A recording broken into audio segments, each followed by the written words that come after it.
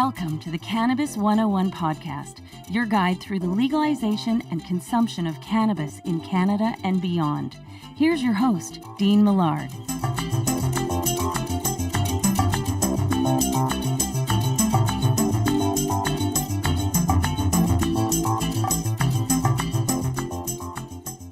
Hello there and welcome to episode 68, hour number 2 of the Cannabis 101 podcast. We have split things into 2 hours. Hour number 1 came out Monday, and this is hour number 2 coming out on Wednesdays. And this is going to be a really, really fun show. But if you are familiar with this show, you know that it's not just about getting high, it's about getting healthy. And you also know there's also one way that we get things going on this program, and that's by finding out what's your groove.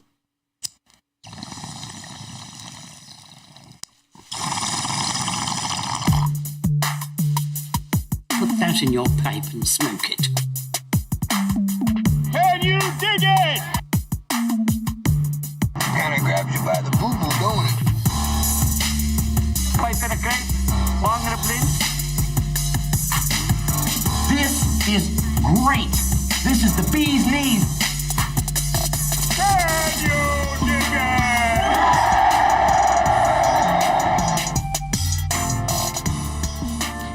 it? So when I say what's your groove, I mean if you are grooving with something, what is it? Maybe you've got a joint, maybe you got a bong, maybe you got a nice big vaporizer like I do right here. This giant bag. Let me switch cameras here, actually. It might be better. The old Supernova from, I call it the Supernova. It's the Volcano Hybrid from Stores and Bickle. So anyway, I ask what's your groove, meaning if you're going with something cannabis-wise while you're listening to the show, let me know what it is. Maybe you've just got some nice relaxing CBD. Maybe you've had an edible or two. I'm not sure, but I'm going to get my groove on because I have Melon cookies, woohoo, from Natural History. You will find out in a couple of seconds why I am going with this.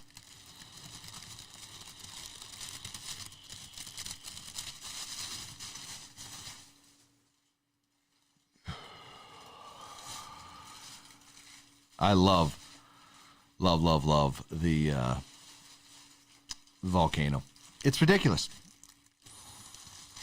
It is a great investment if maybe smoking isn't your thing. It certainly makes it a lot easier. Since I've been using this Volcano, my coughing has gone way down when it comes to cannabis. And if you use cannabis a lot, you know exactly what I'm talking about. So here is what's coming down the hash pipe, so to speak, on this episode. Jim Hole of Atlas Growers and Natural History is their rec side. He is the VP of Cultivation at Atlas. He's going to join us for an excellent conversation. I really enjoyed this one with Jim Hole. And we're also going to have What's That Strain featuring Melon cookies. That's what I was talking about from earlier. So What's That Strain, of course, is with Chris Ianson, our educator. He is, of course, with the Nova Cannabis Jasper Ave. And so Melon cookies from Natural History is what we're doing. Our cannabis question, we'll throw it to you in just a second. And we'll also have our cannabis character. Hint, it's played by a Canadian. You should like this. We'll also tell you a little bit about the Weed Weekly as we get going. But let's get going now with the cannabis question.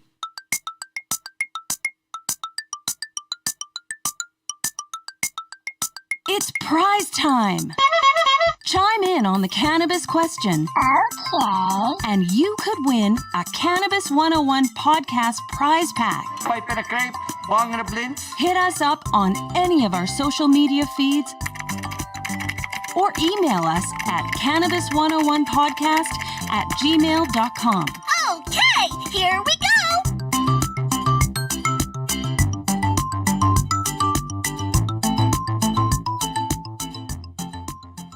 So for those of you watching, thank you very much. Either on our YouTube channel, the WeedTube, or on any of our social media feeds, you can see that the cannabis question is, who are you thankful for in the cannabis industry? If you're listening, thank you very much for doing that. We do now have video, as you've heard me say, so you can check that out on those channels if you'd like to check out the studio and some of the cool things that we'll be showing you over time. So who are you thankful for in the cannabis industry? Of course, just coming out of Thanksgiving. On hour number 1, I mentioned Grant Sanderson of Nova Cannabis, who was a big help in giving us some information and some good contacts as I was launching this show in May of 2019. And so today I'm going to pay tribute to somebody else, and that's Jessica Patrician, who owns Spirit Leaf Argyle. A woman who reached out to me and just, started a conversation about my show and about her store. I was able to be on location for their Spirit Leaf bus tour. That was so much fun. And I've been able to build a great relationship with her and her staff. I love going in there and talking with the different bud tenders that are working, or Nicole, the manager. And, I go in there now without any kind of ideas and kind of go based on their recommendation. And, we back and forth about, how I feel about this or that. And I certainly do a lot of journaling with cannabis about, different effects and tastes and how I just felt with it and stuff. So I've really appreciated building relationships in this industry. And I love that Jessica was great to reach out and say, hey, I like the show. This is good. This is something that's important. And, it kind of reaffirms that we are hopefully doing something right. And I've been able to learn so much from her and her staff. So who are you thankful for in the cannabis industry? Hit me up on Twitter at the Cannabis 101. You can also get us on Facebook and Instagram, the Cannabis 101 podcast. And certainly you can chime in anonymously at Cannabis 101 podcast at gmail.com. That's Cannabis 101 podcast at gmail.com. I actually got this cool email from Monday's show about one of the guys who's listening. His name's Lloyd. He says, hey, man, what's my groove? I picked up some Delta 9 Super Lemon Haze, and holy hell, it tastes like I'm eating lemon heads when I vape it with my packs, too. So good. Delta 9 has been running a huge sale on their products for the past couple of weeks, and some had to stock up at some others with some great pricing. As for the question of the cannabis question, I'm thankful for Seth Rogen. His advocacy and public openness on cannabis use has sure helped to move things along in Canada and in the U.S. His movies are great as well. Hope all is well with you. Digging the new format on splitting the show. Keep it up, man. Thank you very much, Lloyd, for chiming in on the cannabis question. And yeah, definitely Seth Rogen. I look at Tommy Chong as the godfather of cannabis entertainment, not just in Canada, but everywhere, him and Cheech Marin. And I think Seth Rogen has kind of grabbed that mantle as, Cheech and Chong aren't making movies anymore. Seth Rogen probably grew up on some of those Cheech and Chong movies for sure. So I love hearing from people, love to hear from you. Hit us up on any of our social media feeds, or you can certainly email us, cannabis101podcast at gmail.com. And just for chiming in, somebody is going to go home with a Cannabis 101 podcast prize pack. As for what goes well with cannabis, that is anything that you pair well with cannabis. And I'll say licking my wounds, my emotional wounds, as the LA Dodgers were crushed last night in Major League Baseball in the playoffs and are now down 2-0, and it was not fun. And so needed maybe a little pick-me-up, and cannabis is good for that. Put you in a different mood, put things in perspective that it is only baseball, and real life and death occurs. Unfortunately, lost a really good friend this week to a car accident, a guy that I worked with. So, Rob, and his wife were thinking about you, certainly in your family. So cannabis also is good to put things into perspective for sure. I also want to tell you about the Weed Weekly. That is our newsletter that comes out every Friday, keeps you up to date on what you might have missed with the Cannabis Podcast, what's coming up with the Cannabis Podcast, some specials that we have going on. We got some really cool things in the next little while, and you can win prizes. That's always fun as well. So all you have to do is head to www.cannabis101podcast.ca and sign up for our weekly, the Weed Weekly rather. It's our newsletter that comes out every Friday, and you can keep up to date with what's going on with hopefully one of your favorite podcasts. So that's www.cannabis101podcast.ca.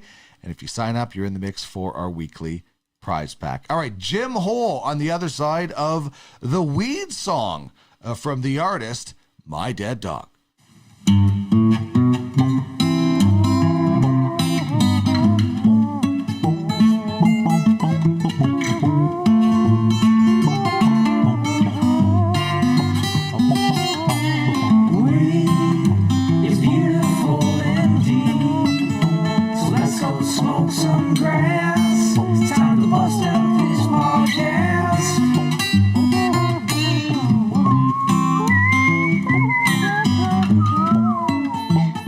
Is the Cannabis 101 podcast, your guide through the legalization and consumption of cannabis in Canada and beyond.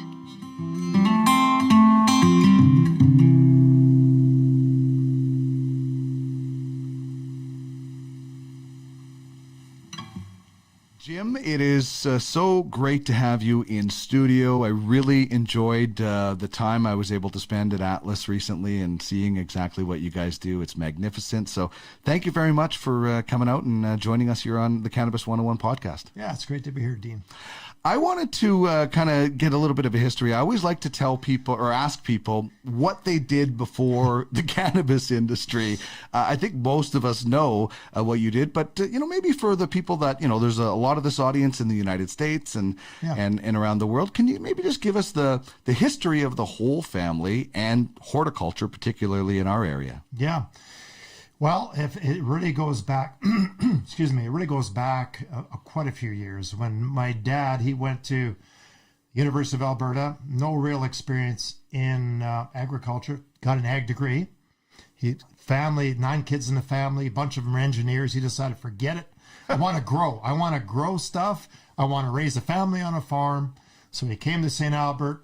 We started off with hogs, a few cattle, 2,000 chickens. We had 2,000 laying hens. So my brother and I, our job was to go out to the barn in the evening, gather the eggs up, candle them. You wash them, candle them, and then we ship them off to, at that time, it was one of the big chain stores. Mm-hmm. And so we did that for a number of years. Then we transitioned into vegetables. We grew all kinds of corn, cucumbers, cabbage, broccoli, you name it. And then we thought, well, if we're going to do this, we should get some greenhouses to start the transplants off. So that's how we got into the greenhouse business. Did that. And then we grew the vegetable business, grew the greenhouse business, combined the two. And then we decided, man, this is a lot. Dropped, sort of put the vegetables off to the side. Always had a big home garden. Mm-hmm. Mom always grew all kinds of stuff. And then we really focused on the greenhouse business. And we grew everything in there. We had all kinds of ornamentals, you name it, geraniums, marigolds, et cetera, et cetera. Also grew commercially tomatoes and peppers and greenhouse cucumbers. So we had a lot of experience in that. So basically, I grew up growing a lot of different things. I grew up killing a lot of things too. Let's be honest. I tell people that and they're horrified. I said, wait a minute, guys. So I shouldn't feel bad for the herbs absolutely. And the plants that have died this year in this place? No, don't feel bad, because to learn how to grow, you have to kill a few plants. Okay. So that could, for me, it numbered in several thousands. But you say, okay, won't make that mistake again. Right. Okay, won't make that mistake again. So you learn a lot. You learn about how the plants grow, how you can push the limits. If you look at, for example, the tomatoes and growing them commercially, there's a high demand by the wholesalers and the people that come into the store for that perfect tomato. Mm-hmm. And you got to get the yield if you're going to make any money of the perfect tomato. So there's a lot of things that we did that for too many years to mention. and then went into the cannabis business. So the greenhouse business was basically, that was your home life too, right? Did you ever want to do anything different, or were you hooked right away with it? Well, okay, so I had that one point in my life where I played football at the University of Alberta. I was drafted by the Eskimos. I went to the Eskimo camp. Now, the pull of the family and the greenhouses was too much. I went there and I said, I had to go to the coach and say, look, I'm sorry. I really am sorry. I was into playing football, but I said, I got to go back to the farm, and I want to go back to the greenhouses. I want to make sure that the family is, is going to make it, because I felt like I was a big part. It's only my brother and I and my parents. So I felt a real strong pull back to that. Wow. Well, and obviously, and it had a passion for it too, right? It was something like, do you remember at what age were you where you were like, I really love growing this stuff, or at least trying to grow this stuff? I think I was in my, I guess I got to say 10 or 11 years old. And what I found absolutely fascinating was that we could plant these tiny seeds in the field. We had a 4-row seeder. So we would plant carrots and cabbage and cauliflower and broccoli. Long rows as far as the eye could see. So one day you go up there and plant, you can see where you made the marks where the seed went in. And then a few days later, you see these seeds popping up. Right. It's one of the most beautiful things to see. And we had what we call a precision seeder. So it spaced the cabbage out every foot. And in a good year, good moisture, it was gorgeous. You just see boom, boom, boom, boom, as far as the eye can see. That hooked me. And I'd always be the first one in the family to go to the field, and I'd scratch away the surface and see if I could find the first germinated seed. Yeah. And that was a big thrill. Like the first Christmas present or something like that, for right? Me it was, yeah. It was like the Christmas present. And again, to see that beautiful crop coming up, it had a promise for the future, right? What is it that makes the cannabis plant then, as we kind of move into what's going on now, unique from some of the other things that you have worked with? Well, I think with cannabis, it's an interesting world, because what we have cannabis that came, let's face it, from the black market. A lot of people had grown the cannabis in the black market, no choice. So what really was fascinating is that there's all of this knowledge built up by people that for many years had to kind of deal with the illegality of it and grow this cannabis, often hidden away. And they did a great job. And so if you look at that was fascinating as to what these people had done. Right. On the other side of the equation is that it's a plant. It is a plant. It does not defy the rules of chemistry and physics. And so if you look at the horticultural side that I grew up with, I brought that knowledge to the table. But it's completely disrespectful not to admire the work done by the people that grew it illegally in the black market. And I say, if you do it right, which is what Atlas is doing, take the very best of what the people have done over the years in the black market, and take the very best of commercial horticulture. If the two sides listen, respect to one another, you got a winning combination. Yeah. That's what Atlas has. So I hear about, like, for example, I hear about the plant breeders coming into the cannabis market. They want to breed the cannabis. Guess what, guys? Beaten to the punch. A lot of really smart people, dedicated people, did it behind the closed doors, and they developed these spectacular varieties. We're benefiting from that. Yeah. So to dismiss those guys, those men and women, is a really major mistake. Yeah, there has to be a place for people that were in the gray market. Yes. Now in this market that we're in, because the knowledge, there's so much knowledge out there. Like, show me the guy or girl who thinks they know everything about cannabis, and they'll tell you they're a liar, because it's impossible. There's, listen, you've been around plants all your life, and you're probably still learning about the cannabis plant, right? Yeah, you're still learning. And again, it's not ever dismissing anybody. I think if you do it right, let's call it the two different parties. Sure. Take the ego. Yeah. Check the ego. Sit down at the table. Talk about it. And then go in and see what your efforts have done. And the way I look at it is it's always science. People have come to me and said, oh, well, we did this. And I said, you know what, guys? Science transcends everything. Science is the black market. Science is commercial horticulture. Because ultimately, the plants don't care about your politics. They rely on the science. So if you say that you fed your cannabis cow manure and it grew great, absolutely, but it's still science. Right. It's a nutrients in there. That's right. If you feed it a commercial, called salts fertilizer, and the plants grew great, yes, that's science. So those are the kinds of things that I really enjoy. And I always like people to challenge me. I like to challenge them. And again, if you're candid, you challenge each other, you've got a great combination there. 100%.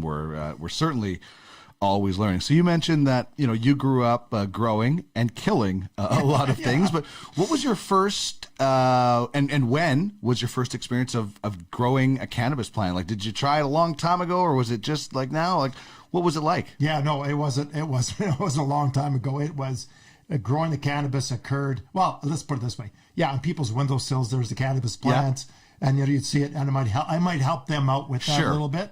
But the real true experience was at the Atlas So you facility. never tried to grow at home or any kind of that thing? No, I think it's because I had so much going on in the greenhouse anyways, right?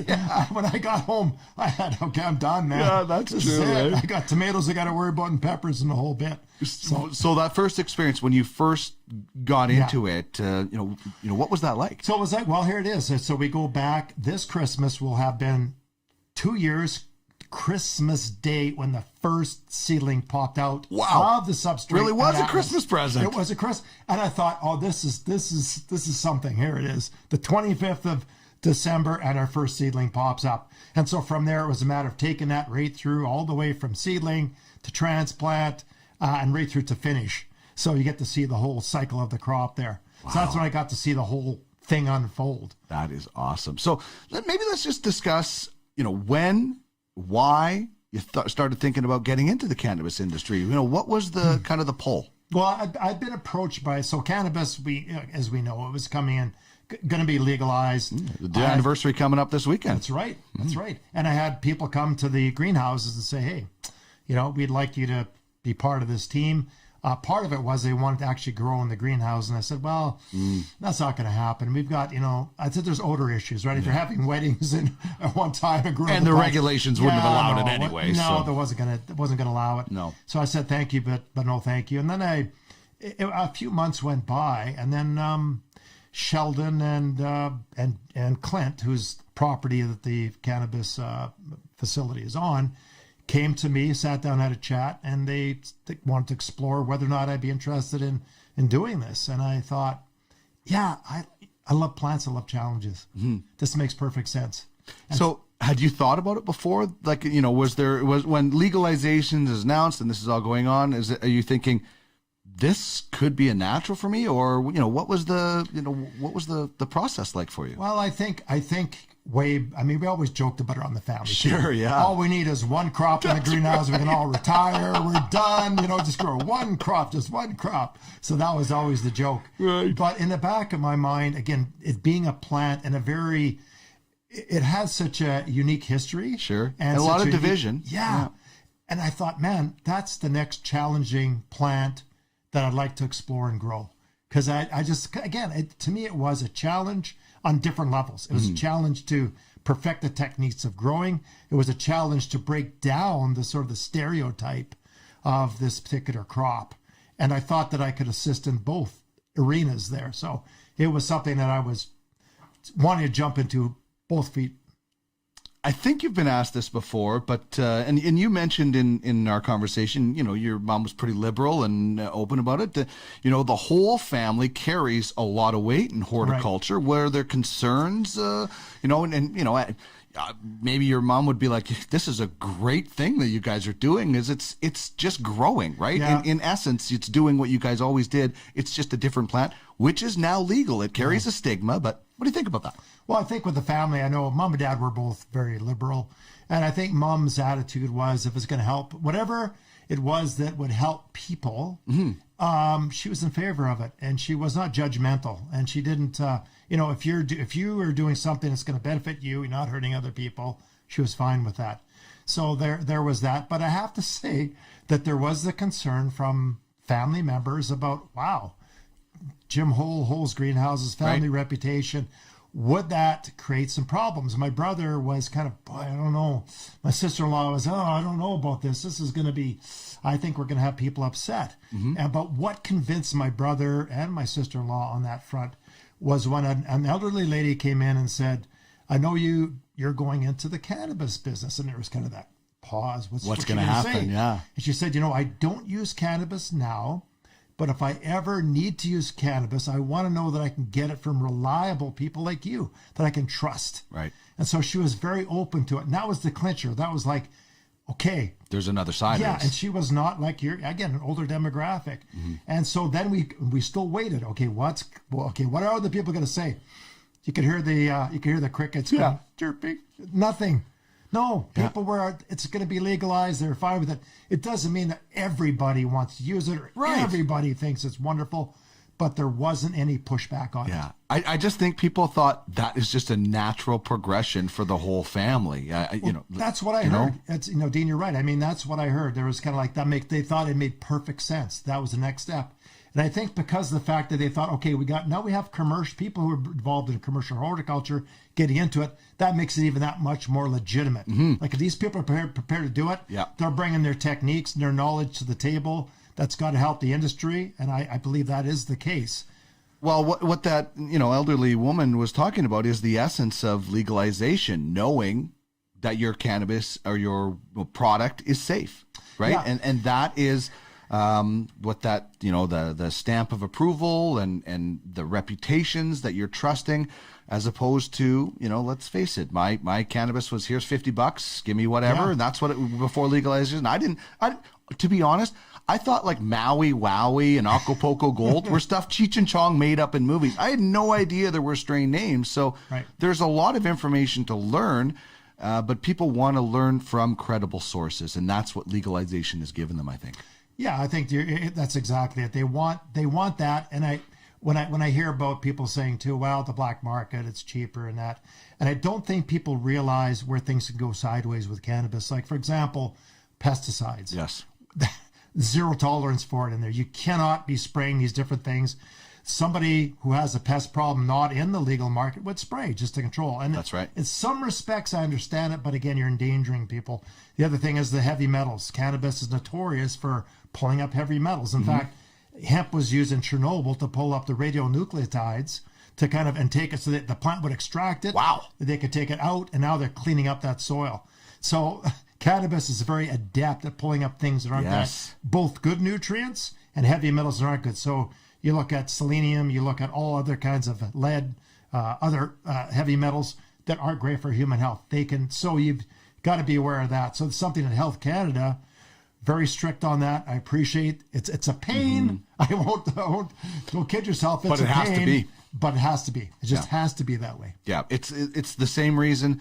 We were seeing a lot of unfortunate things with some of those vape pens that were coming out because the dealer is cutting corners. Right. The black market dealer is cutting corners to make more money, and that's something that you're not gonna find. You can't from an ethical and a regulatory position. You can't do it. No. Ethically, I wouldn't want to be a part of a company that even tried that. No. And then Health Canada is there to enforce the fact that if somebody is that stupid to do that, they're going to be there to check it, and they're going to put you out of business. Yeah. So let's chat a little bit about kind of Atlas and Atlas is growers is a medical side, and then you guys have natural cannabis coming out. What are some of the things that kind of excites you with what you guys are doing at Atlas? Well, I think right now it is the fact that if you kind of go back, we've got some great people at the facility that have got a depth of knowledge on the very best genetics. And I'm not that guy. So we'd probably be growing hemp, really nice hemp, but it'd be hemp. So I look at our grow team of, we got Reed Myers, the chief scientist, and the master growers. We have John and Chris out there, and we're bouncing ideas all the time off one another, and we're arguing about stuff, and we're making it better. So that's the exciting thing about the Atlas company, is that it's a young company. It's progressive. We're prepared to rock the boat a bit. We're prepared to just ensure that we're making the very best product that we can. And that starts with the genetics. So if you don't have the right genetics, a very fundamental mistake that's occurred in the marketplace is there is this gold mine. I'm going to build big, and I'm going to put cannabis in there. Generic term cannabis. Right. No. It doesn't work that way. What are you actually growing? Yeah, what cannabis? I look at tomatoes, for example. In the greenhouse, I had 20-foot tall beefsteak tomatoes. Okay. Great big fruit. I had mini mata, which is about 2 feet tall, right? So if you want the beefsteak, I don't care what you do to the mini motto. It's not going to give you a beefsteak tomato. Right. So you got to have the good cultivars in there. And that means you search out, you explore, you understand. Again, not my field. These other guys did that fantastic work on that side. And the good news is we're not stopping on that. We're just going to keep going and putting out the next great cultivars, because we know that's what the marketplace wants. And we can explore. So you look at the cannabinoids. So it's not, we all know THC and CBD, but there's a ton of other ones in there that are purported to, and I can't claim any health benefits. We're going to get there, though. Yeah, better sleeping, weight reduction.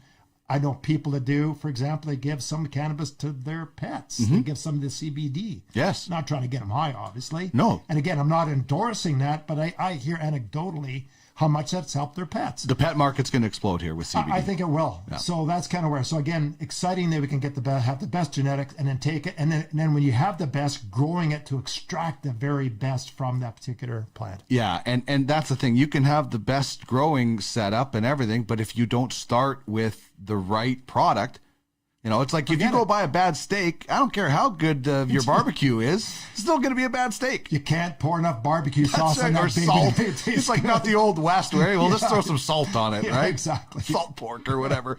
So do you think there is something that sets your team apart? And I know you, I was going to say, I know haven't been in the space a long time, but what is it that sets you guys apart? Well, I think it's a young team. And again, I think what it is we don't have these layers in the company. It's a smaller company. Sure.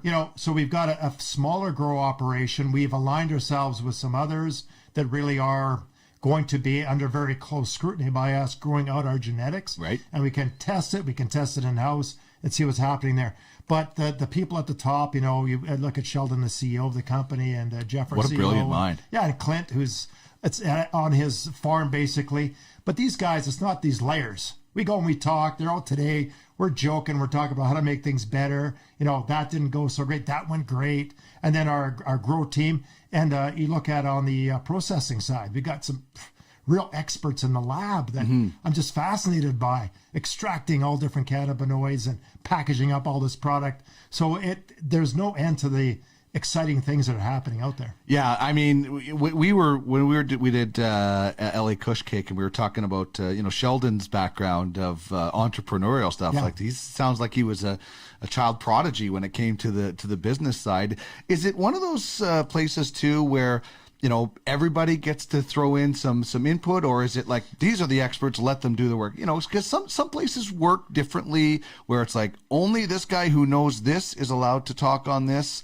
and nobody else is allowed to put any input in. I'm not sure if those are successful. Yeah, no, I'm a firm believer in, even this morning, discussing something, arguing about something, and coming up with the best solution. Yeah. That's what happened in my family. My brother and I, and my parents, we'd be arguing at the lunch table and supper table. When you're all said and done, you come up with the great solutions. Anytime you got to kind of go, I can't say that, I can't say that, I can't say that, you're not making the progress. So everybody speak your mind, tell us, because that's how you improve. And again, the layers aren't there. There's Sheldon and Jeff and Clint and everybody. We're all sitting at the same table talking about this, debating stuff, having some good laughs too. Right, no question. right. It's not all serious. But then having that goal to be, the world's most trusted cannabis company. Yeah. And that's what we want to do. And if you look at on the medicinal side and the adult use side, the lines blur a bit too. We all know that. What is a medicine? What is something that's therapeutic, and what is something that's more adult use? Yeah, well, they can be both for different people, right? Be both. We all experience it differently, right? Absolutely. I hear that from different people, that this is their particular cultivar. That's the one they love because it does this for me. Yeah, like Blue Dream is the one for me that, I use cannabis for my mental health, and I know Blue Dream is going to help me immensely with my mental health. So, you get comfortable, and that's why, you can experiment safely. You can go slow. You can have a little bit, find out what is it, journal about it. There's so many things that cannabis certainly can help you, and I also love it recreational too. Yeah, exactly. And one thing I want to add too is we have hired a medical doctor onto the staff who is going to assist us, because I think you hit the nail on the head. So there's something that you like. How do we take that particular cannabis cultivar and fine tune it and align it with your particular needs or your friends' particular needs That is the next phase of really doing it right. Because let's face it, something that's maybe got a 30% THC in there is not going to be right for some people. I don't care. Yeah. That is not a good way to go. No. Maybe it is a 10%. Maybe it's 5% THC. Yeah. Maybe it's no THC. Maybe it's CBD. Yeah. Maybe it's pure CBD. Yeah. And at some point, the cannabis world is going to realize that not everything is about THC, and we're so new in it, and that the people have to educate. We're going to get there. I can't wait for the time where people are not coming in and saying, "Give me your high THC." They want the entourage effect and everything else, right? Well, a tip of the hat to you and the guys that came out there a couple of weeks ago, because you went back and saw that. And you appreciated that. Yeah. Like you're going, oh, those terpenes. That's Man, right. That's wow. right. Yeah. You guys weren't talking THC. You did talk later about THC, Sure. but it was about that experience. It's like the glass of wine. Okay, can you get ethanol and knock that back? But what about that drink experience with wine or whiskey, whatever your thing is? And you guys I appreciate that you guys appreciated that. Well, yeah, and the thing I always say is, how many times have you gone into a wine store and said, "Give me the bottle with the highest alcohol percentage"? Yeah, right. And, that just rarely happens, Yeah, right? I don't go and buy my wine and go, yeah, crank that baby up. Where's the ethanol, man? That's right. I'm going, oh, that's flavor. Beautiful. Yeah, Love that. Exactly. And then that's what I loved about coming out and seeing the process. And can you give us the growing setup that you guys have, and kind of the process, what that's like, and obviously not everything, but just give us a kind of a peek at what you guys. I really was impressed with that giant room. I don't know if there's the main grow room or what, but can you give us just a peek about what's going on out there? Well, so the strategy we've taken is we call it precision agriculture. And so what we mean by that is that we're dialing in everything into the crop so that we know exactly how much light that it gets. So we're not growing in greenhouse. We're growing all indoor cultivation under grow lights. Right. So we can set our light levels. We know exactly what light levels were. We set our CO2. So the plants take the CO2, as you know, and they make sugars out of it. Right. So you got to crank up your CO2. So we dial that in. We dial in our fertilizer program. Okay, exactly what fertilizer goes in at what time. We know exactly what's in that fertilizer. We can check to know that it's not contaminated with anything. We have all the IDs on that. We can go in there. We grow in the rock wool substrate, we call it. And it's, if you think of rock wool, people say, what the heck is rock wool? It kind of looks like insulation. That's what I thought it was, yeah. So in a way, it's sort of along that line, but they take basalt rock and they superheat it till it melts, and then it's spun like cotton candy. So what that does is a couple of things. One side benefit, sterile.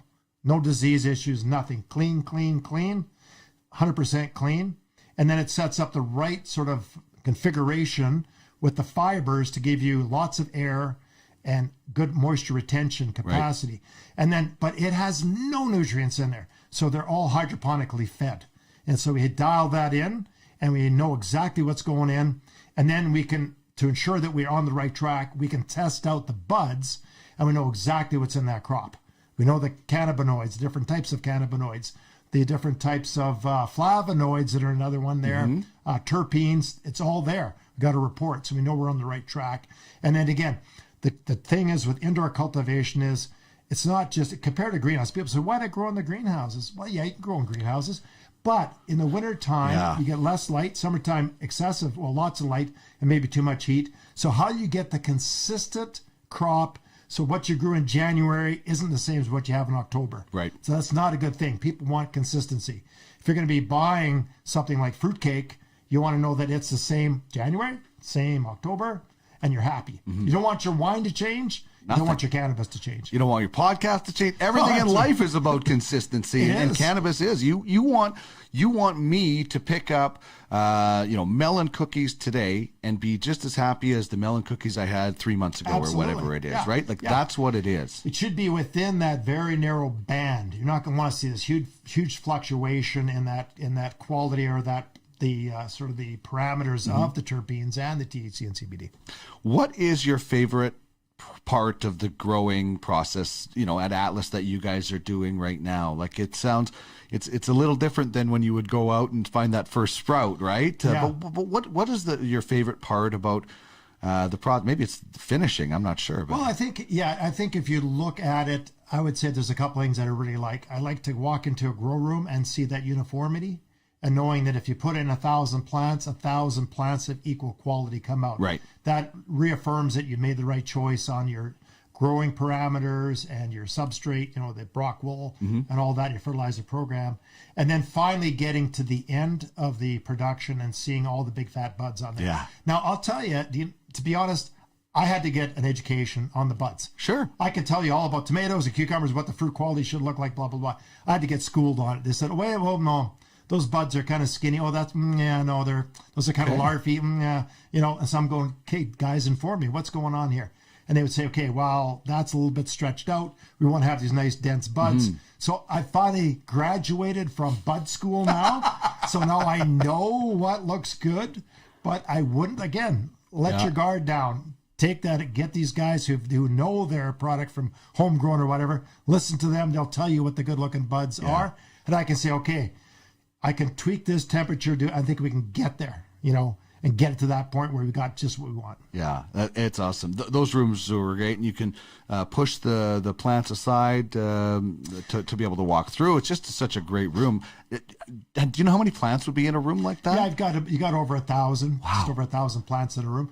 Interesting thing is, we got 1,000, and believe it or not, we may be reducing the density a bit because the cannabis plant is so aggressive, right, that you've got a lot of bud sites on there. So do you need that density? We're doing some experimentation, and we figure we can maybe reduce the number of plants and still have the same yield and the same quality from the cannabis plants. Always trying to improving. That's another thing. Consistency and always trying to be better. Never resting, right? Never sit back. No, absolutely. You got to keep pushing, and you got to keep trying to improve. All right, so let's maybe chat about what are some of the things that we could see from you guys down the road.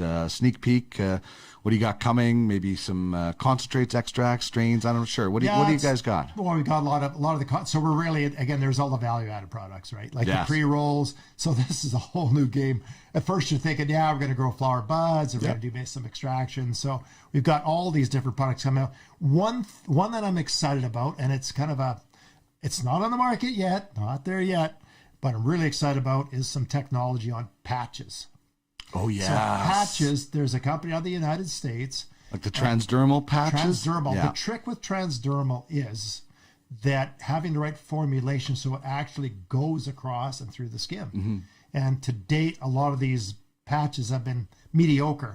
So apparently this particular one has got, I know it does from the research, it's very effective at letting those products from the cannabis plant go through the skin. Good. Now, it's interesting because we had the patch. We're talking about this, right? So here's maybe it's, I shouldn't say age, but one of the purists in the room said, no bloody way I'd ever put a patch on me because I said, okay, guys, I would. Yeah. And I'll tell you a bunch of my friends would. Yes. And it's like, maybe it's an age thing, but transdermal patch for people with pain nuts, perfect product. They had to reluctantly admit, yeah, you're right. We're looking at my own demographic, younger guys going, no, I'm having that experience of the product itself. I'm not thinking about pain. Well, you maybe in the future you will. Sure. So the transdermal, I think that's going to be something that will be the product of the future. Again, we don't have it to market right now, but it's coming. I used the Nicoderm patch or whatever when I was quitting smoking. Sure. It's sort of the same concept. And, if you're going to, listen, there's a lot of places where you go that you cannot smoke or vape or whatever. You're going on a hike with a family or something, you want to throw one of those patches on, nobody's going to know. I think more people are going to come around to those patches than they maybe first thought. Yeah, and again, I guess that's correct. It's simple to do, and then also there's still that perception by people that, they're out vaping or smoking. And a lot of people, okay, whatever, don't care. But there's some people that do. There's some people that may have a family member that's right that doesn't like that. And so you got to, okay, fine. Maybe there's a certain vintage, we'll call it, where they don't think it's appropriate, so you have to kind of work around that. And so, but maybe for that's pain relief, for pain relief for somebody who doesn't smoke, or because listen, the idea of smoking a joint, if you've never smoked cigarettes, could be disgusting for people, right? So I think those the topicals, those sort of things, are really going to take the market in a really big way. Yeah, like you said, the CBD. I mean, it could be simply no THC in there, just all CBD. for pain control. There's a lot of new consumers. We kind of touched on this a little bit, but there's not a lot of new consumers to cannabis that only know and care about THC. And I fully admit I was one of them before I started learning about this. But what else, in your view, is there to be excited about with, there's more than THC in a plant. Like, what else excites about you about the plant? Yeah, so I think we've alluded to terpenes quite often. And I don't think maybe we should take a step back on that too, because on the terpenes, I think a lot of people, they hear the term terpenes, and really that term terpene came from the pine tree, the turpentine. Okay. That's where terpene came from. But these fragrances are something that are really rising up. And I don't think a lot of people realize how many are in there. Yeah. And there is a lot. So when we test them, we've got a string of about, small percentages of each, right? Oh, yeah, small percentage. So we can say, okay, that one, that's why that smells like that. That's why, like you said about the caryophyllene with the pepper.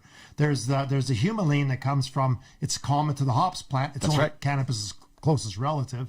So we got that in there. And we got all those, the combination. So again, you've got all the different terpenes. And then you've got the amounts of each individual terpene that kind of combine to give you that fragrance and flavor. Right. So it's having them there, and it's having the different levels of them in there. That's the exciting part of it. I think also too, like what, from again, I have to learn about that, the actual bud structure, the fat buds, the tight buds. People love that. They want to see that. They've been exposed to, I guess, smaller buds and substandard quality.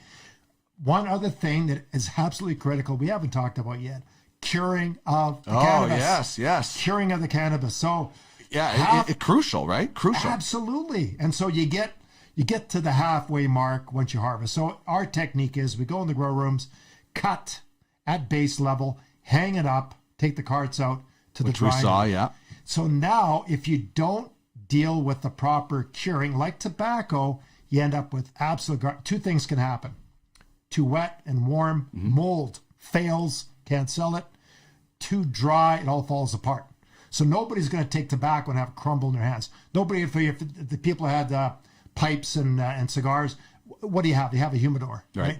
So in that room, we are constantly checking temperature and humidity, and we also check what we call water activity. It's kind of a technical term, but what it really means is inside the tissue of the plant, there's moisture. But the different diseases can't get at it because it's kind of contained in the tissue. But on the surface, between the buds, if the water activity is high, that means, guess what? Boom, it's going to rot.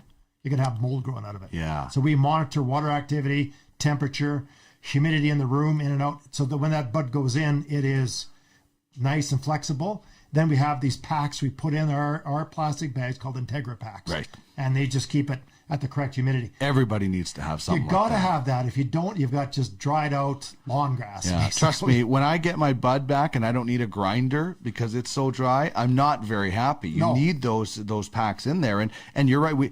Growing is just like half the battle. You can grow the greatest plant if you don't cure it or dry it or the final process. It's going to be worthless. Yeah, it's like growing a tomato and then you leave the tomato out in the back deck for a week in the sun. Right. Not going to taste so good. Yeah. And so that half of the equation, again, I call it the other half of the equation. I think probably a lot of people get so excited by that process and maybe rush it too much, especially maybe home growers, especially, right? They're so excited that they're almost there and they don't give it enough time. Yeah, and I think what's happened in the marketplace, and I guess, no fault of some of the LPs, but they've licensed producers, but they got, in their facility, they had something installed that was just drying things down too quickly. Yeah. And they could see, man, we're stuck, man. We got to make some changes now because, great, the guys told us they could take humidity out. We forgot that it's regulating the humidity that goes out. Right. The plant's giving it off. We can't drop it because they're going to get this dry, awful stuff. That's right. Yeah. So it's very technical and very, it's timely, right? Like you got, okay, we have to do this now. We have to do this now. We talked about terpenes a little bit. We talked about research and all the cannabinoids. I'm so excited about, I love that I can go buy a joint and smoke it and nobody's going to call the cops on me, right? That's great.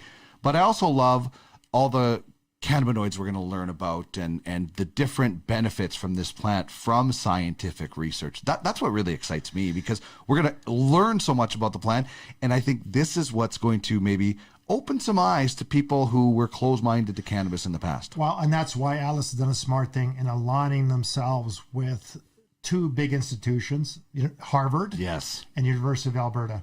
And so we went into U of A, and I know that I think Sheldon and Jeff both went down to Harvard, and they met with the researchers down there.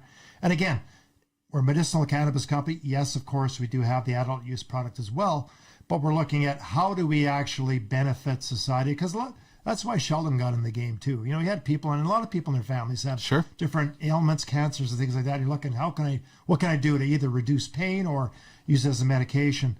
So the U of A is going to be conducting in the not too distant future research on different things where cannabis could be beneficial. So top-notch researchers. Same at Harvard. So aligning with those institutions is a really important thing. And again, we can after that say, this is what it does. This is not us saying or making any claims. This is what research has shown can be some of the benefits of the cannabis. And again, for us to say it is disingenuous. That's right. Anecdotally, I can tell you what people tell me. Of course. But we need to have those reputable researchers who can say, look, this does this and this does this. This doesn't do this. That's just as important. Exactly.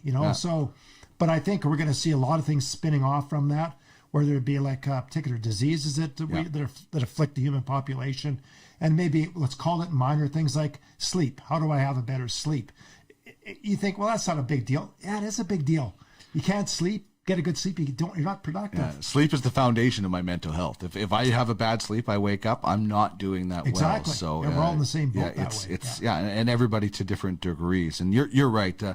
I love the affiliation. I remember when that story first came out, and I said on this show, I said, this is an argument against all the people that say pot is for dummies. Harvard is not studying a plant that makes you dumb. Right. They're just not going near that. So that whole argument gets thrown out the window when credited institutions like Harvard and the University of Alberta and many more are taking interest. Yeah, and I think you talk about the stereotypes, right? So when I walk into the Atlas building, I will challenge people who are anti-cannabis to go in there and pick out the users and the non-users.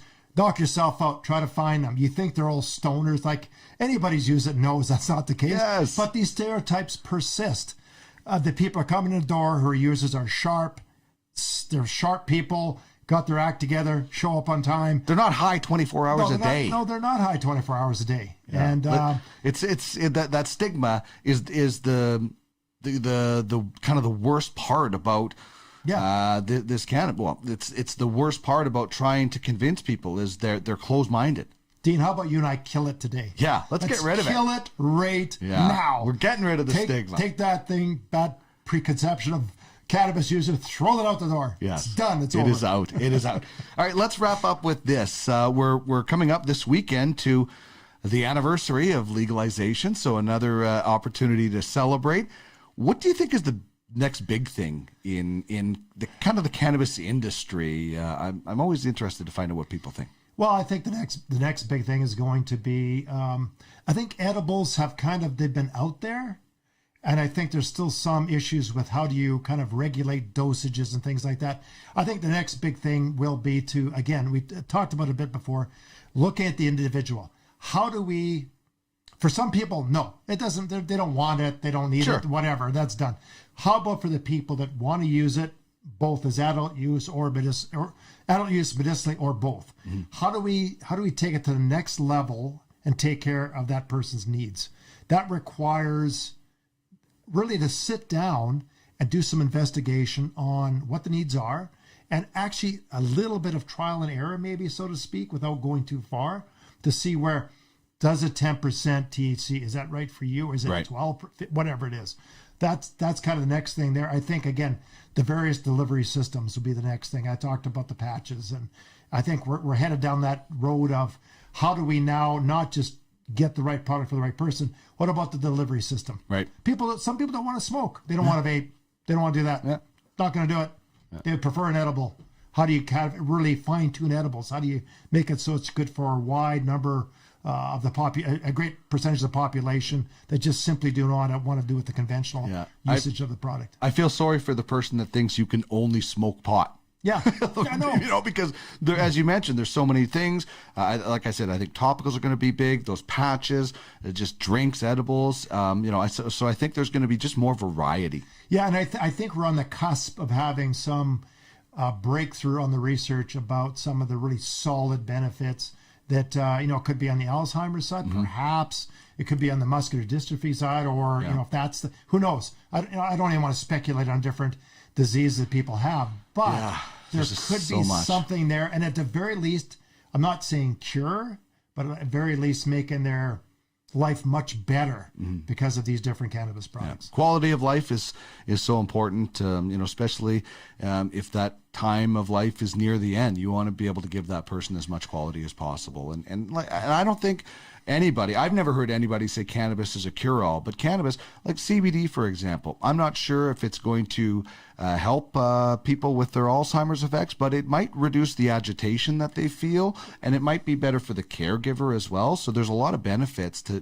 things like that to look into for people. Yeah, Dean, I think you hit the nail on the head there. It's not about, it's about how do you make our journey in life better? Right. And cure, great. If you could cure something, great. But it's the journey. Yeah, and you don't have to get high. Like our tagline on this show is, it's not just about getting high, it's about getting healthy. THC might not be for everybody, and it's not. THC is not for everybody, but cannabis can be in the different forms that it comes in. I know at work the guy said to me, Jim, if you're going to go don't do this one. You don't have enough experience with it. That's right. You're not this THC. No, don't do that. I can tell you, you'll be on like couch lock. You'll be on that couch. That's right. Yeah. What's couch lock again? Oh, you're out of it, man. So no, don't. So we're not going to ever suggest you even use that stuff. You're kind of you're the novice at this, man. That's Just right. Try this one. Start maybe. with the CBD or something. Jim, this has been so fun, fascinating, and I learned so much. Thank you so much for, first of all, inviting us to Atlas when you did, and for spending some time. I hope to see what else you guys have coming down the pipe in the next little while. Stay tuned. Going to be exciting. Thanks, Dean.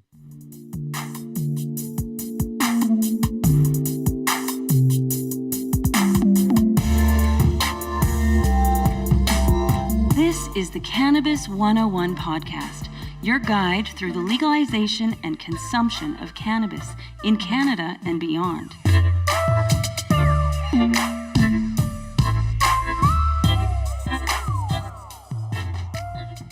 That was a heck of a conversation, and I could have picked his brain for so much more time, but thank you so much, Jim Hole from Atlas Growers.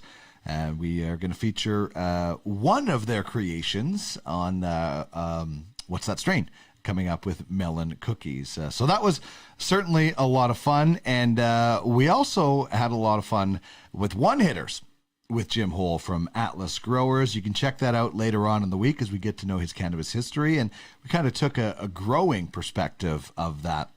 You can find that and full episodes at www.cannabis101podcast.ca, where you can subscribe also to the Weed Weekly and qualify for the Friday giveaway. You got a joint? No, not on me, man. It'd be a lot cooler if you did. Time now for Cannabis Characters. Dopest dope I've ever smoked. Celebrating the best from fictional 420 film Hey, I am your stoner.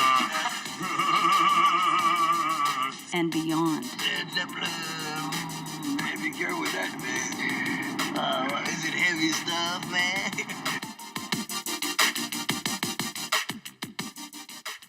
All right, our cannabis character today, I mentioned him earlier in the show, actually, the godfather of cannabis entertainment. It's Tommy Chong, but it's not just from Up in Smoke or any of those great characters that Tommy Chong had. We're actually going Tommy Chong Leo from that 70s show.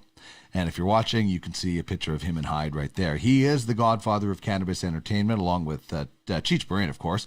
And it was interesting when they first split up. Chong kept doing his thing with cannabis and kind of the drug humor. Cheech went away from cannabis, did some hit shows and movies. Nash Bridges, and obviously he was in Tin Cup as the caddy. That was an awesome movie. Chong then comes back into things with his character Uncle Leo on That 70s Show. Showed up in season 2 as the owner of the photo hut, disappears for a while as Tommy Chong went to jail in real life for selling bongs. Way to go, John Ashcroft. You really crushed the war on drugs by putting Tommy Chong in jail. Congratulations. Anyway, Leo did come back after Chong was released from prison. And here's a little back and forth with Leo and Hyde about something they now have in common. Hey, man, you missed your shift at the photo hut. You better have a damn good excuse. I got busted. Damn, that's a good excuse. So what'd they get you for? For loving me. Because she's like 14? I got busted for possession. Oh, man, join the club. Yeah, thanks. No, I mean join the club, man. We meet every Thursday.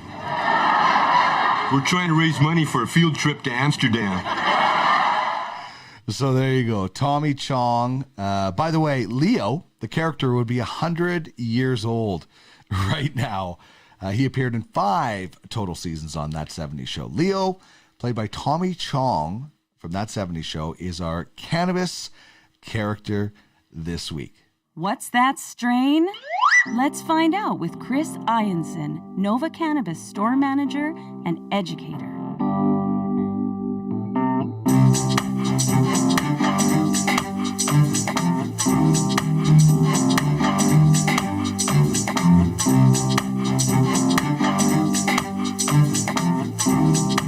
My good friend and our educator, Chris Ianson of Nova Cannabis, Jasper Ave, joining us on our first hour 2 video format. We tried the video once before, didn't quite work out. I think we have a much better setup this time around. How do you like it? It seems neat so far, Dean. I'm pumped to see how it turns out, but yeah, it's pretty exciting. Yeah, I think it's going to just give us a bit of more of a reach and obviously allow people to see the cannabis that we are indeed talking about each and every week. So this week on episode 68, good old Yarmer Yager, we're doing another fantastic strain. It's Melon cookies. And it's an indica dominant hybrid. And this one I think is cool for us because we actually had a chance to go and visit Atlas Growers. That's who the big umbrella is, and Natural History is who makes this. So I'm really excited about diving into this because I have had some melon cookies before. So, and now that we've kind of seen behind the curtain, I'm pretty excited. What about you? Yeah, me too, Dean. It's a really cool strain. I was a fan of it before, but then actually being able to see it being grown and smell it right off the plant there was super cool. Yeah. For those that are watching on the YouTube channel or the WeedTube or our social media feeds, you can see a little bit what it looks like right there. Okay, so this is an indica dominant hybrid from Natural History, as mentioned, and they are under the Atlas Growers umbrella. And we did talk about them recently, but just give us a bit of a refresher. Yeah, for sure, Dean. So Atlas Growers, they've been around since 2015. They've been servicing medical cannabis patients. But just recently, they've hit the recreational cannabis market here in Canada with a bang. The Natural History brand that they've come out with, so far we've seen just 3 strains come through so far: LA Kush Cake, the Melon Cookies, and AC/DC Cookies as well. All have been they're performing well. There's a lot of hype. A lot of people are coming back to the store to get more of it. So it's really nice to see.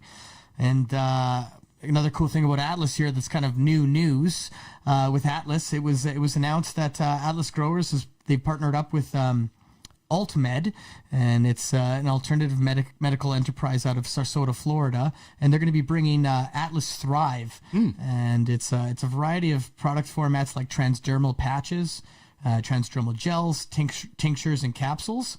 And so super exciting news there. So you'll be able to just slap a patch on the shoulder or the back, or I'm sure there'll be places where you're supposed to put them. But just to be able to just kind of throughout your day, kind of have a slow time release of THC or CBD or both. This is, I just think that's going to be such a game changer. Listen, I unfortunately smoked cigarettes for a long time and I was able to quit, but during some of those times I used that Nicoderm patch or whatever it was, and it did help. This is going to be so good for medical patients, but it's also going to be good for that guy who's going to an event, or person that's going to an event that's maybe not cannabis friendly. You can still have cannabis about you and in you and in your system with this thing. I think this is just going to be something that is going to be just another vehicle for people to use this cannabis. Yeah, totally. And I like too that they're first to market with this. No one else has come through with it, and it's kind of with the partnership of AltaMed. They have this patented end caps technology, which delivers a long-lasting, fast-acting, and more effective form factor for patients. Wow. And the process makes the cannabinoids water soluble, so for that quick onset, and it's readily absorbed within the body super fast. So super exciting news. We're gonna see the Thrive products. First, they're going to be available on the Shoppers Drug Mart medical cannabis side. Yep. Hopefully, we do see them come through on the rec side, but for now it's just going to be through Shoppers. But worth looking into. I'm going to try them out once they do come out for sure. I just think it is going to be a bit of a game changer. I think for different people that maybe don't want to smoke or vape or something like that, or drink or eat. I think it's just something that people are going to really gravitate towards. Now, you and I were lucky enough to be able to visit Atlas Growers. I mean, it was awesome. And for those watching, you can see the selfies that Chris and I took and some of the shots that we have. I mean, for me, this was my first facility to go to, and what a facility to go to. And I know you've maybe been to a few others, but I was just so impressed with just the amount of things. What were some of the things that caught your eye on our tour? Oh, geez. I just thought it was super cool to see all the multiple different growing rooms with kind of different environmental settings in there. Seeing their human-powered packaging plants. Yeah. People there, literally weighing up buds, throwing them into the packages. A lot of hands-on human work. Yeah, totally, Dean.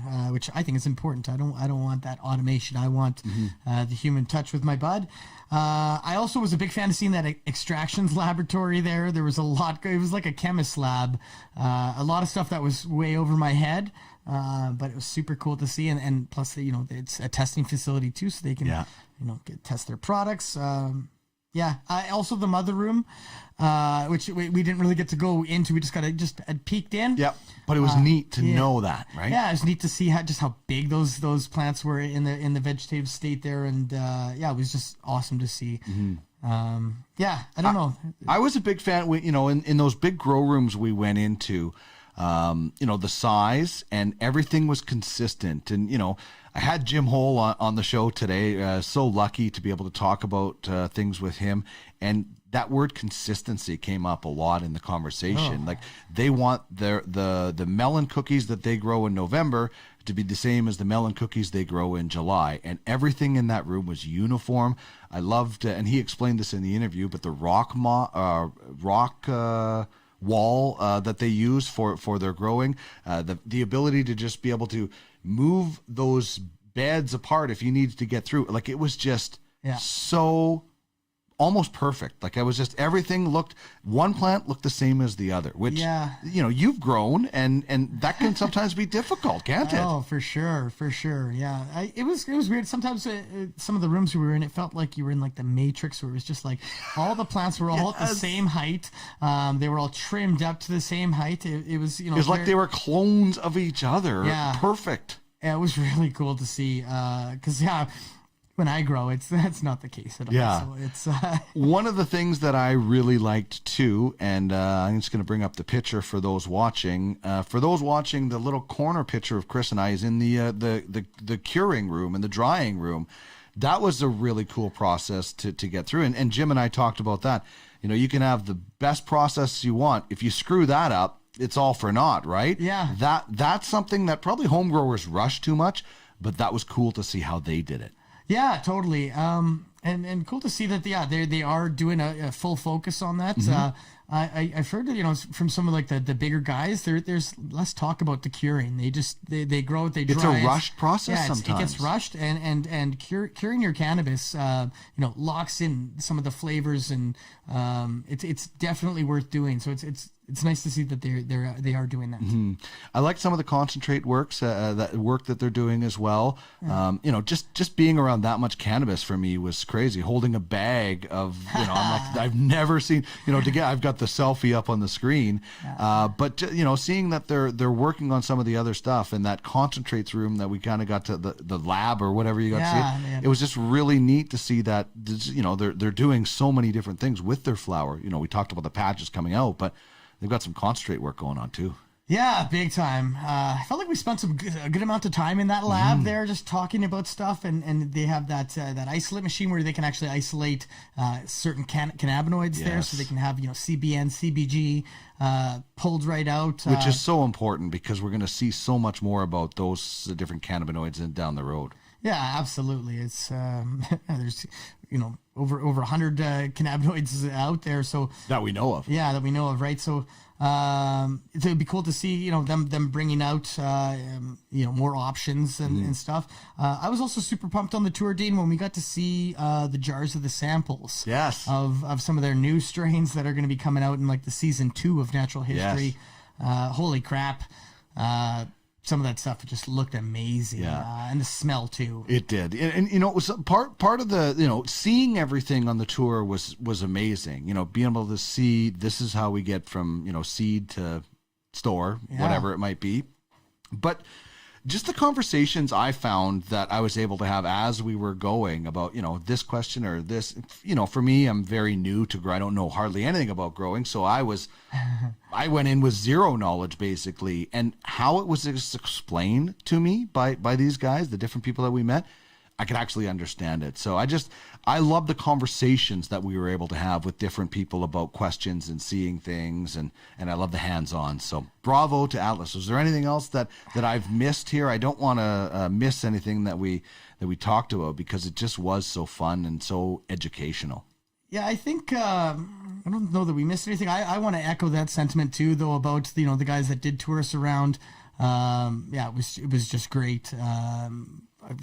Felt like we got all our questions answered, and everyone in there too. There's a passion for the plant, and it's cool to see. Yeah, indeed.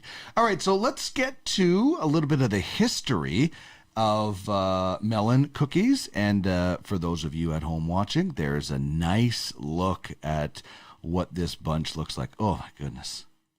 It's so gorgeous. All right, so the history is Watermelon OG crossed with Forum cut Girl Scout cookies. Sounds like there's some information behind that you can tell us about. Yeah, totally there is, Dean. Melon cookies, the genetics that Natural History has, they were bred by Lit Farms by a grower by the name of Ray Schiavone. And his flower brand in the States is Tahoe Hydroponics. Okay.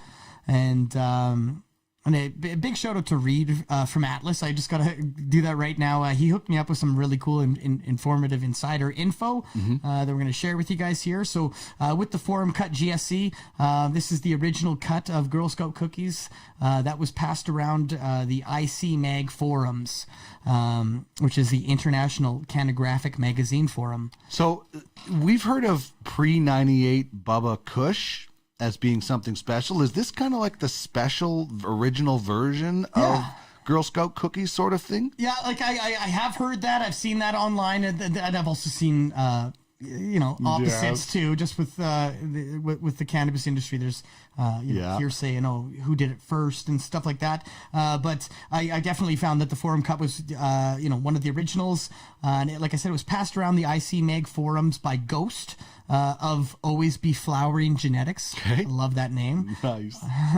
And Yeah, despite the internet rumors of the GSC lineage, Ghost and the people he got the plant from, they had no real idea of the full-on genetics, and it is a likely cross of the two popular cultivars growing in the Bay Area of California during 2005 and 2008, and that being OG Kush and Cherry Pie. So, real cool story with the Forum cut.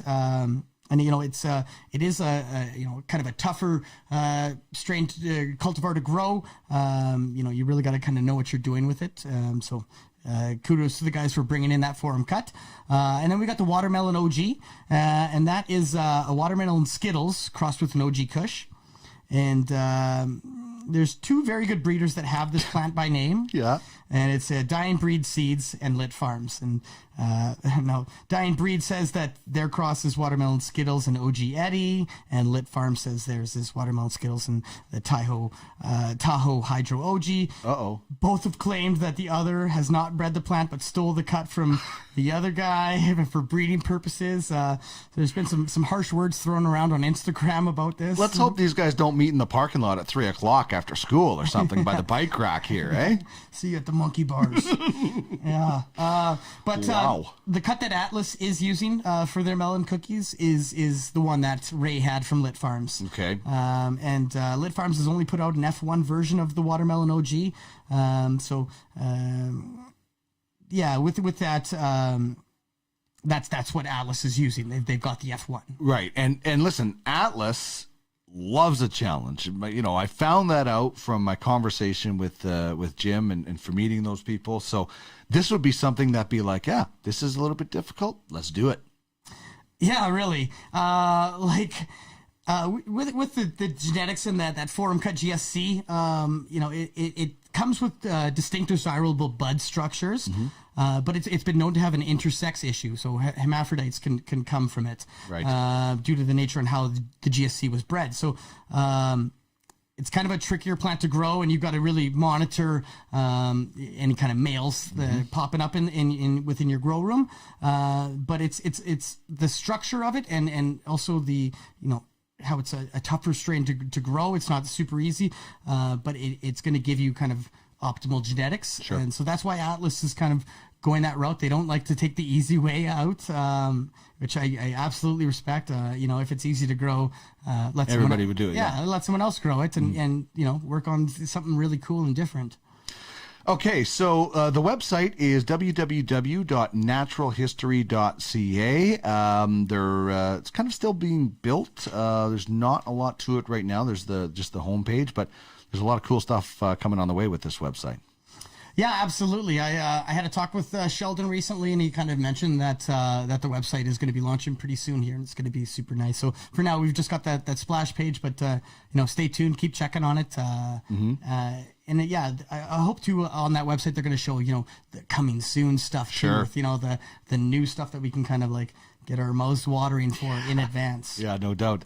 So that was Sheldon Kroom, who we met, who is their CEO, and popped into your store. That must have been pretty cool. Yeah, for sure it was. I was actually I was bent down at my deli case, tidying up, and I heard one of my staff, ask a customer, "Hey, how can I help you out?" And he said, "It's Chris here," and I popped right up, and we met face to face, mask to mask. There we go, and eye to eye. Yeah, and had a good chat though. He's a great guy. Like I think we talked about him on the last time we did natural history, but just a visionary in terms of the business and all his ventures that he's done over the years. But now getting into cannabis, though, you can tell that they're going strong here. Brilliant stuff. So naturalhistory.ca is where you can check that out. The THC in this, 18.8%. Also, they list the total terpene percentage, listed at 1.0624. And they also have terpenes color-coded. We just need the legend for that at some point, and I'm sure that's coming. Yeah, for sure. I mean, it's in their marketing books, so hopefully we'll see it on the packaging just so that customers can be aware of it. Yeah, but at the very least, you in stores, you guys know and you can point that out to I will nerd out in store and check on those ticks. It is interesting to try to guess what color goes with what terpene, terpene and things like that. So I love that they do that, and I love that they list the terpene percentages as well. For sure. I think that's big. I'd like to see everyone in the industry start doing that, because it's important to know those facts. You bet. As for what's in a name, this is pretty basic and pretty easy to find out. Yeah, for sure. It's a genetic name there. We got the Watermelon OG, Melon. We got the Forum Girl Scout cookies, so Melon cookies. Pretty basic there. Pretty self-explanatory. All right. When we take a look at the look, for those that are watching, you can see the package is it's pretty great. We already talked about the terpenes listed on it, but the size, everything about it seems like it's perfect. Yeah, it is. I also think it's a high quality bag too. This Dynapack childproof line bag. I think it's a good size for 3.5. Doesn't need to be any bigger. Still holds big buds. Yeah, it does. And it's a line too. So I feel like this bag doesn't take a lot of the trichomes off. It's going to keep things pretty intact. So. Big fan of it, yes. All right. As for when you get the cannabis out, and we're looking at it on screen, if you're lucky enough to be watching it, man, that purple stands out so much for me. Yeah, it's good. And the trim job on this stuff, too, well done to the Atlas team. We've got 2 tones of green. We got the kind of the light green, the dark green, and then we've got purple flecks kind of covering the buds, too. Yep. Really dense nugs, too. I've taken just a small little nug, ground it up, and I was able to get, a good sized joint out of that. So real thick and dense. Under the magnifying glass, this stuff looks amazing. It just looks without it even. I can't imagine how good that looks. Right? It looks good without it. But yeah, if you get a magnifying glass on it. So important. It's covered in a thick layer of spiny trichomes. It's going to look like they're dancing. Yeah, like the trichomes have trichomes and those trichomes have trichomes. Mike Tyson would say spinal. Yeah, right? Totally. Yeah, it's really nice looking stuff for sure. All right. This has an interesting smell. We kind of gave it the name of fruity gas. Yeah. Fruity gas, definitely, especially after the grind. After the grind, the gas, it becomes smells a little bit more diesel-y than before. Yeah, which is interesting. I mean, just smelling the bud on its own, though, I definitely fruity and sweety, sweet. Very similar to like a Jolly Rancher candy is kind of what it reminded me of, like a watermelon one, or kind of the cantaloupe, that melon kind of fruit. Yes. I do think that in the smell there's like a subtle, spicy, almost cheesiness to it. Okay. That's just very light. But I did get that, and I asked other people about it, and they seem to get it too. All right. I like to do whenever I'm smelling stuff. I like to get a couple of different opinions on it. Yeah. Well, every once in a while, when we kind of can't get one, we'll get my wife Trish, Nosy McGee, to slide in and take a sniff, and I think that's good. Yeah. Especially with somebody that has no preconceived notions. If I tell you it smells like berries, you might just be thinking berries, and it's our brain works in mysterious ways, right? Yeah, it's best to go in blind, which that's what we always do with Trish. It always seems to work out well. Yeah. Let's talk about terpenes with this. Yeah, so the 3 dominant terpenes to melon cookies, we've got caryophyllene is number 1 there. That's black pepper spice. That's Dean's favorite one. You bet. We've got limonene coming up next. That's citrusy kind of fruitiness, and obviously with the melon cookies, that's going to be there.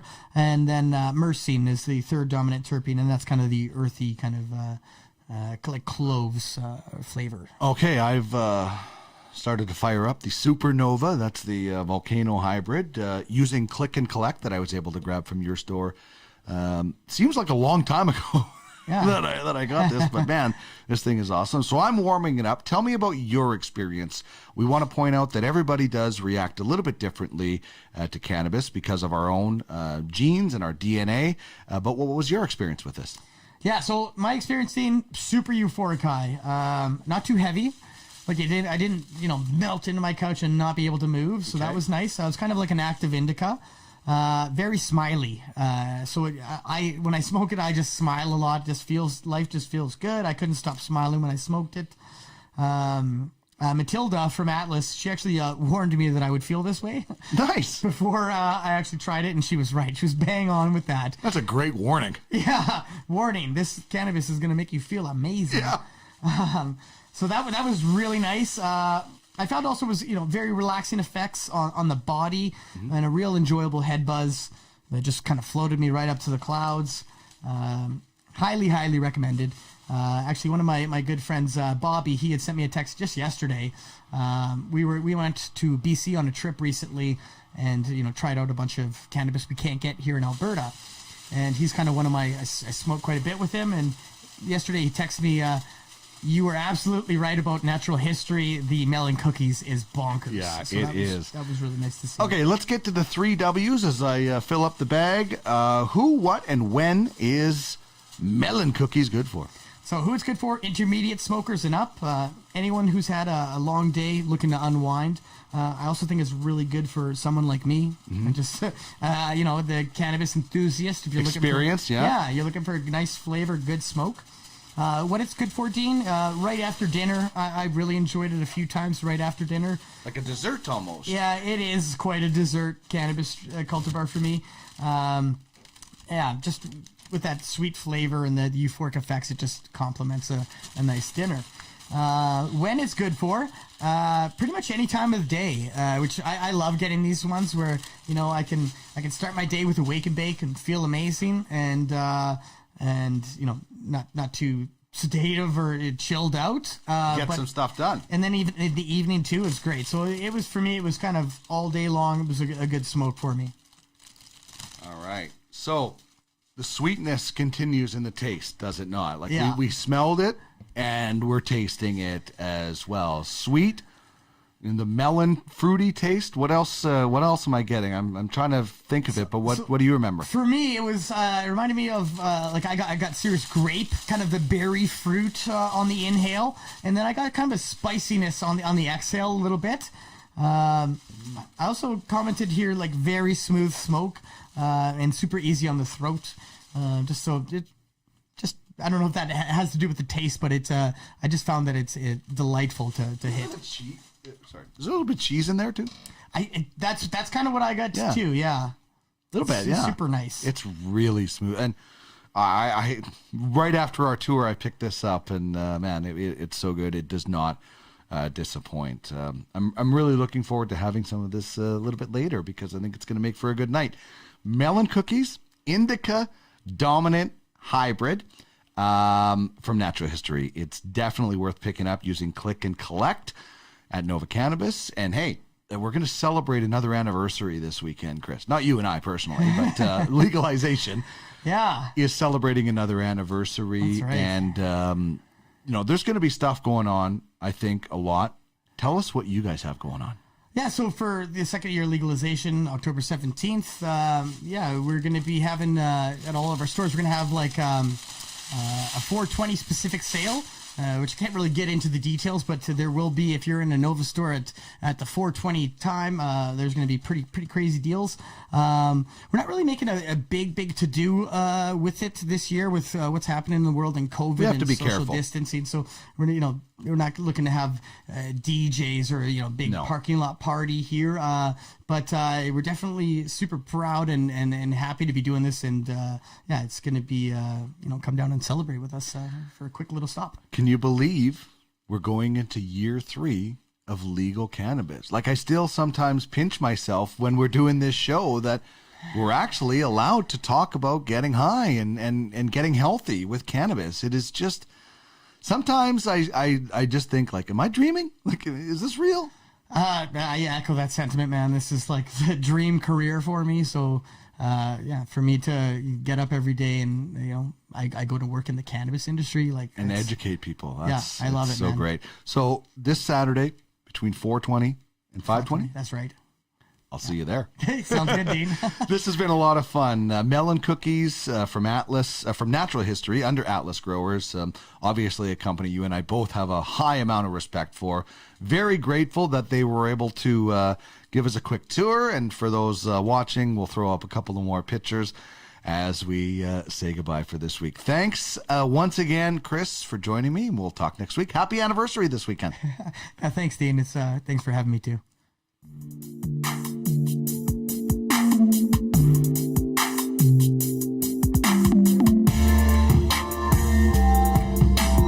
This is the Cannabis 101 podcast, your guide through the legalization and consumption of cannabis in Canada and beyond.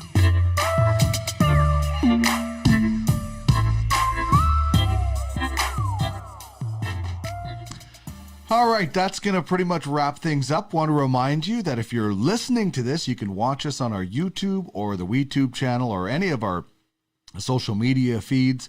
We'll also be having some product reviews going up on our YouTube and the WeedTube channel, so make sure you check that out. And we'll be streaming this show on Twitter and Facebook and whenever else, Twitch, wherever else we can. Hope you enjoyed the show. If you did, please let us know by subscribing and leaving us a review. It would certainly be huge, and there's a lot of different ways you can get in touch with us.